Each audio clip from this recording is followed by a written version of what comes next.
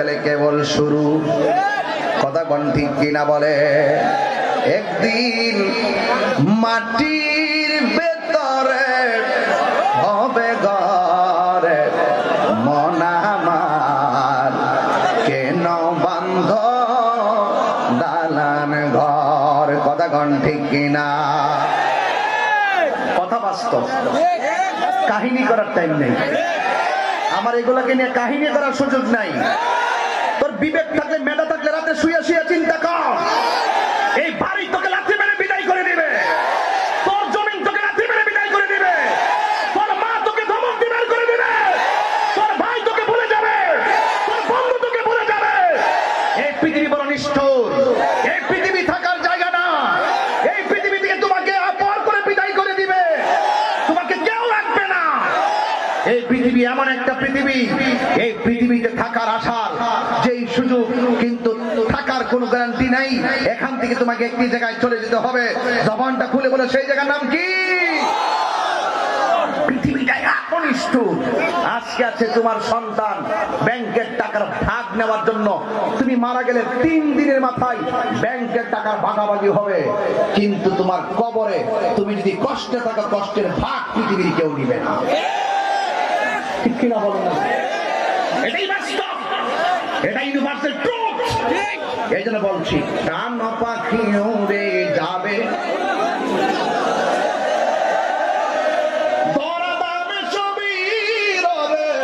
তুমি যাবে চলে। ঠিক কিনা?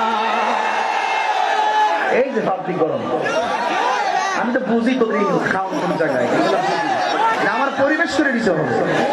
আর কথা চলবে, 12টার ভিতরে গুছাবো ইনশাল্লাহ, কিন্তু টেনশন করবেন না। রান পাখি ওরে যাবে,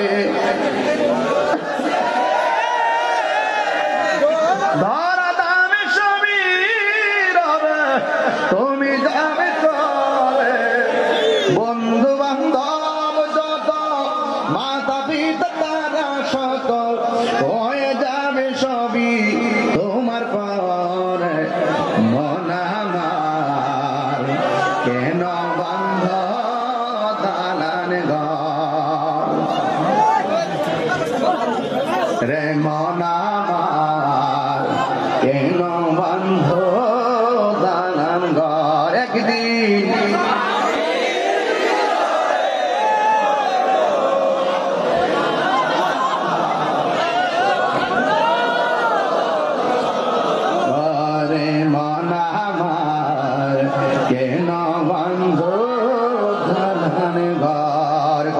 ঠিক কিনা?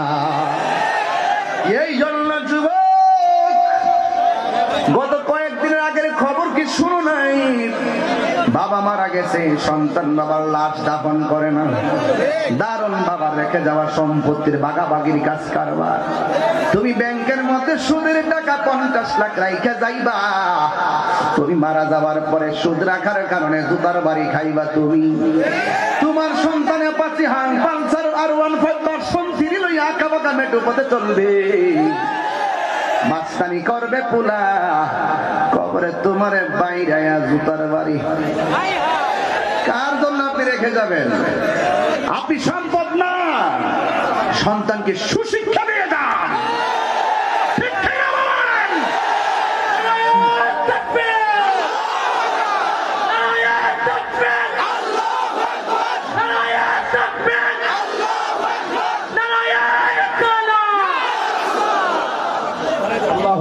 বলেন, সুসন্তান রেখে যেতে হবে।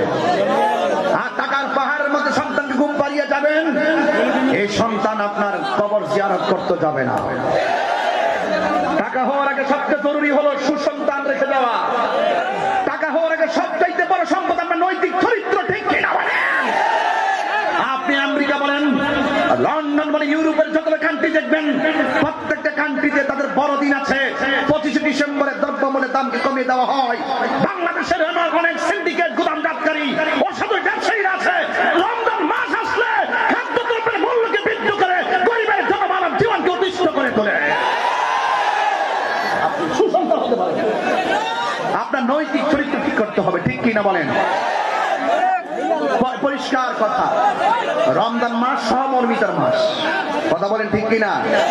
রমজান মাস গুনাহ মাফের মাস। যে ব্যক্তি রমজান পেল কিন্তু রমজানের হক আদায় করতে পারল না, রাসূল বলেন সে ধ্বংস হোক। যে ব্যক্তি মা বাপ পেল তাকে সম্মান করতে পারলো না, সে ধ্বংস হোক। ধ্বংস সে হবে, ধ্বংস তার অনিবার্য। আমি চাচ্ছিলাম না যে রমজান মাসে চিৎকার করে ওয়াজ করব, আমি চেয়েছিলাম নীরবে নীরবে কথা বলে বিদায় হয়ে যাব, কিন্তু আপনার দিলেন না। আগামীকাল আমাকে টাঙ্গাইল যেতে হবে, দিনের বেলা প্রোগ্রাম, জানেন তো কত দূরে। এই জন্য অনুরোধ করে বলছি, আর কোন কথা চলবে? আর কোন কথা চলবে? ইনশাআল্লাহ ভাইরা আমার, হাসরের ময়দান সহজ ময়দান না কঠিন ময়দান? কথা কয় না, অনেক কঠিন, অনেক কঠিন। ওই ময়দানে আমরা আল্লাহকে ডাক দিয়ে বলবো, আল্লাহ আল্লাহ আর সহ্য হয় না, আমাদেরকে অন্তত একটু পানি দাও। শরীর জ্বলতেছে, অসুবিধা নাই, গলাটা শুকিয়ে গেছে, একটু পানি দাও। আরে সারাটা দিন রমজান মাসে যেভাবে গলা শুকিয়ে থাকে, আশ্চর্য মনে হয় যেন ইফতারের টাইমে 10 কেজি পানি খান। আল্লাহ কি মহিমা! শুধুমাত্র ছোট্ট একটা বোতল দিয়ে এক ঢুক পানি দিলে যেন তৃষ্ণা দূর হয়ে যায়। কি নিয়ামত! আমার মনে করি রাসূল বলছেন খুরমা দিয়ে ইফতার করা উত্তম। মনে করি সারাদিন গলা শুকিয়ে আছে, খুরমা দিয়ে ইফতার করব, কিন্তু গলায় তো এই খুরমাটা বেজে যাবে। কিন্তু না, দেখেন আসলে রাসূলের হাদিস কত চমৎকার, বরং মুখের মধ্যে খেজুর দিলে গলা যেন আরো তরল হয়। কথা বলেন ঠিক কিনা বলেন? এটাই বাস্তব, এটাই সত্য। কারণ আল্লাহর নিয়ামত শেষ করা যাবে না। আল্লাহর ডাক দিয়া বলবো, চুপ থাকো, আল্লাহকে ডাক দিয়ে বলবো, আল্লাহ আর আযাব সহ্য হয় না, আমাদেরকে একটু পানি দেন। আমার আল্লাহ ওই সময় ফেরেশতাদেরকে ডাক দিয়ে বলবে, ফেরেশতারা আমার বান্দারা পানি চাইছে, এদের গলা শুকায় গেছে গো, এই বান্দাগুলো তুমি আলাদা লাইনে দাঁড় করাও। ফেরেশতারা আল্লাহর ইশারা মোতাবেক এই বান্দাগুলোকে আলাদা করবে। আল্লাহ ডাক দিয়া বলবে, ফেরেশতারা ও ফেরেশতারা, যেই বান্দাগুলোর আমার ইশারা আলাদা করেছো, এই বান্দাগুলোরে এমন একটা পানি পান করাইয়া দাও, যেই পানিটা এক ফোঁটা পান করলে জীবনেও আর পানি তৃষ্ণা লাগবে না। এই পানিটা কোন পানি? যেই পানির রং হলো দুধের চাইতে সাদা, বরফের চাইতে স্বচ্ছ, মধুর চাইতে মিষ্টি, যেই নদীর পার আল্লাহ বানাইছে স্বর্ণ মুদ্রা দিয়া। সুবহানাল্লাহ কইতে পারে? যেই নদীর রংটা দুধের চাইতে আরো সাদা, ওই পানিটা আমার আল্লাহ পান করাইয়া দিবে। এক ফোঁটা পান কর, এক ফোঁটা পান করলে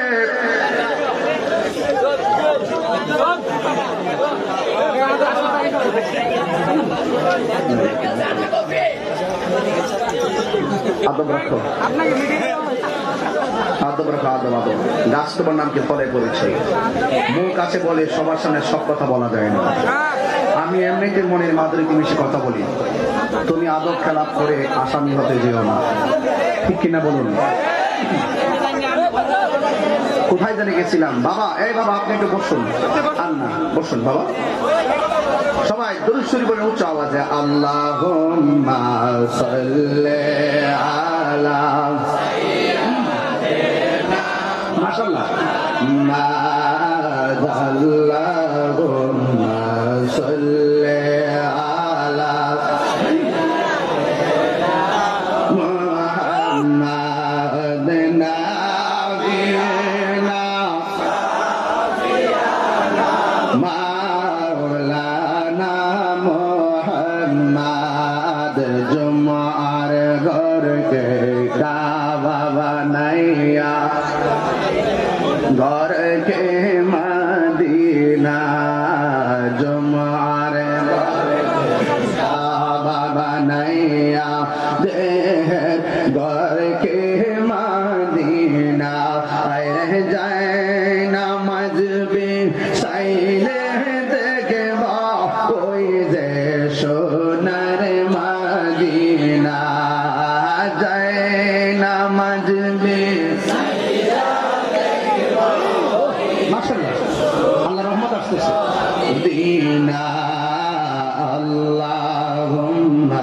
সাল্লি আলা মুহাম্মাদিন নাবিয়িনা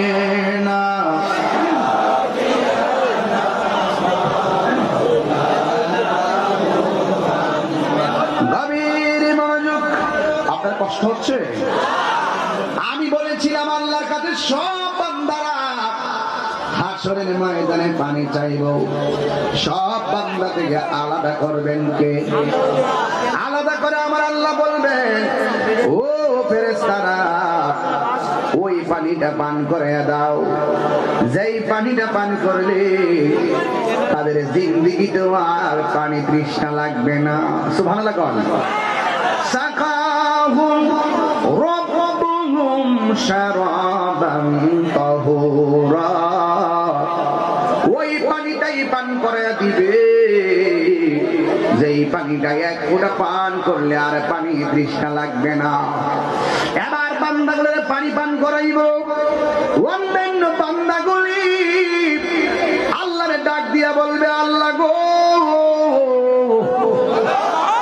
আমরা তোমার বান্দা, যারা পানি পাইছে তারাও তোমার বান্দা। আমরা তোমার কাছে পানি চাইছি, তারাও তোমার কাছে পানি চাইছে। তাদের খালেক তুমি, আমাদের খালেক তুমি, কিন্তু সবাই পানি চাইলাম, আমাদেরকে কেন তুমি পানি দিলা না? এই তো কুয়া শুরু হয়ে গেল। আমার দেশের মধ্যে দেখবেন ঈদের দিন বেরোজগারটি সবার আগের লাইনে বসে।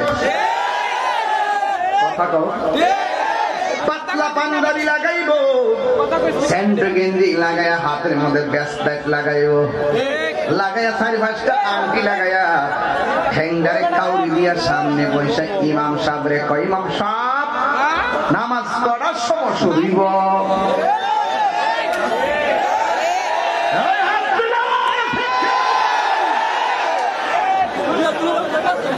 আমার মনে চায় করে গলা ধাক্কা মেরে বাইরে করে দিতে পারি না। সমাজের তালে আর কি বলতে, নামাজ তো উল্টা পাল্টা লেগে যায়।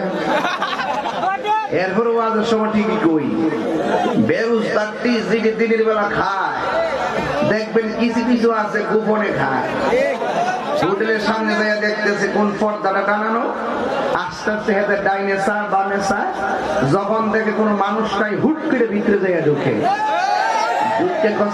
কি আছে খাওন, যা আছে তা ওই দেন। চাচাও কম না, আছে বাইলেরা আছে, কই মাছ আছে, শিং মাছ আছে, তেলাপিয়া মাছ আছে, কুত্তা ব্যাং বিলাই টিলাই যা আছে।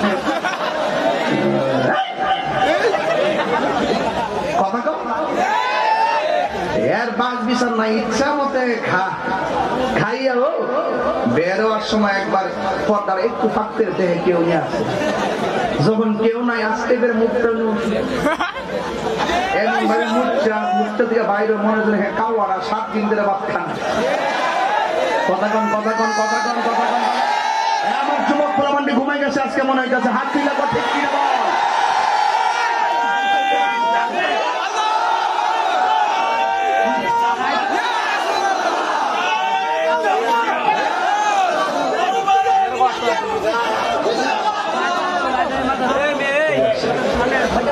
এমন লোক আসেনি রে, ক্রিকেট খেললে যখন খোদা লেগে যায় হ্যাঁ পানি তুলে ডুবতে পানি খায় না, আবার ইফতারের সময় সবার আগে বয়ে যায়। মা কই পুত্রে ইফতারটা বানাই দিস না, হ্যাঁ সর্বত একজন নেওয়ার পরে 1 গ্লাস দরলা চিবাত খাবে মাইরা দে। এমন কেউ আসেনি? আরে ওর অন্তর আল্লাহ কিন্তু বলছে তোমাদের উপরে রোজা ফরজ করছি, আল্লাহ কোন তাত্তাকুন, যেন তোমরা পরহেজগার হও। হয়তো এই রোজার মাধ্যমে তোমরা পরহেজগার হবে, তাকওয়াবান হবে। রোজা মানুষকে তাকওয়া শিক্ষা দেয়। প্রকৃত অর্থে যারা আল্লাহকে ভয় করে, এতে পানির নিচে যায় পানি পান করতে গিয়ে 100 বার চিন্তা করে, আমার বন্ধু আমাকে না দেখলো, আমাকে একজন দেখতেছে, আপনারা বলুন তিনি কে? এই জবাব সামনে মানুষ